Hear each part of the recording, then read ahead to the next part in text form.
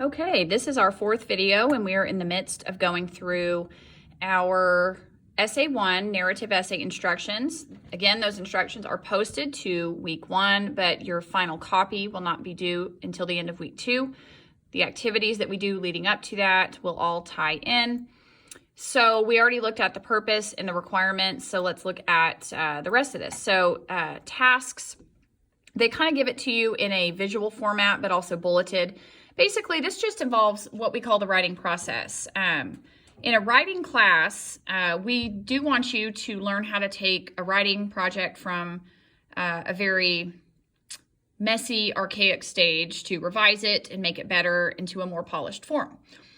You know, sometimes a teacher will ask you to just write something off the top of your head and turn in a first draft. I sometimes do that in my classes at Westmore, but also, you know, we want to teach you guys that writing is a process. It's not always finished, and you can always make it better. So utilizing invention techniques, that is something that you're going to be doing on your very first assignment on week 1. So it will tie in to your essay. So you're going to be asked to introduce yourself, but also to talk about some things that really, you're going to be asked to generate what you think your belief might be that you're going to use for your narrative essay.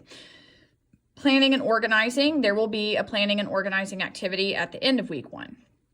And then the drafting and revising of the essay occurs on week 2 before you have a final copy. So it does move rather fast because we're in an 8-week format, but you will have time to do all of those parts.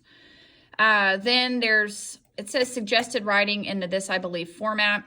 So to me, this is just advice is what it is.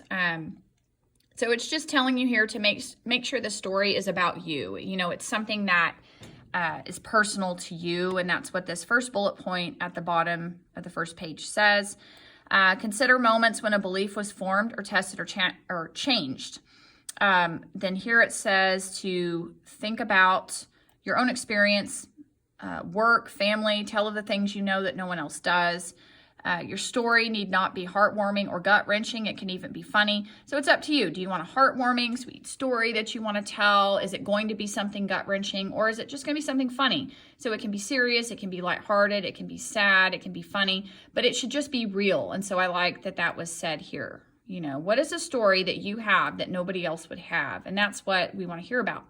So make sure your story ties to the essence of your daily life philosophy and the shaping of your beliefs. Because really that's the purpose of your story, okay? Here's the way I explain this to people. Every essay that we write in English Comp 1 or 2, you're going to make some sort of argument, okay? So in this particular essay, the belief that you have is your argument in a way, and your supporting evidence for your belief is your story.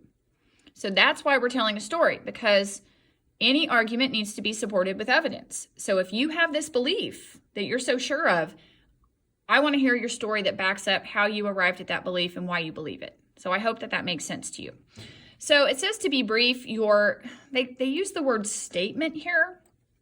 Your story, your narrative, your essay should be between 500 and 800 words. That's about 2 to 3 pages double spaced. What that means there is that you're not writing a novel. You're not writing an entire autobiography of your entire life from the time you were born up until now. You are focusing on one specific, snapshot. That's what I like to call it. Name your belief, and it says you should be able to name your belief in a sentence or 2. So when you do that very first activity on week 1, that should help make that clear to you. Use chronological order. Narratives have a beginning, a middle, and an end. Now, one thing I do like to sometimes suggest to students is in your intro, you can hook me in with maybe an exciting detail from the climax of your story. And then it makes me want to read further and find out how that happened. One of my favorite TV shows of all time was Breaking Bad, and they would always start off each episode with showing you a really exciting detail that was going to happen later in that episode, and it made you want to watch. So I do think you can play around with that a little bit and get creative. But in general, yes, we want the story beginning, middle, end, fairly chronological. Be positive. It says, write about what you do believe, not what you don't believe. Avoid statements of religious dogma, preaching, or editorializing. This isn't an essay to teach someone. And I think that that's hard, because you're being asked to express a belief, but ultimately, this is to really support why you believe what you believe, not to teach or preach. And I don't know. I feel like there can be maybe some of that in there. I do want whoever's reading your essay, in this case me, to learn something from it. So we just don't want the entire essay to be overtaken by that. And then be personal. Make it about you. Speak in the first person because this story is about you. We're going to end this video and do another one here in a second.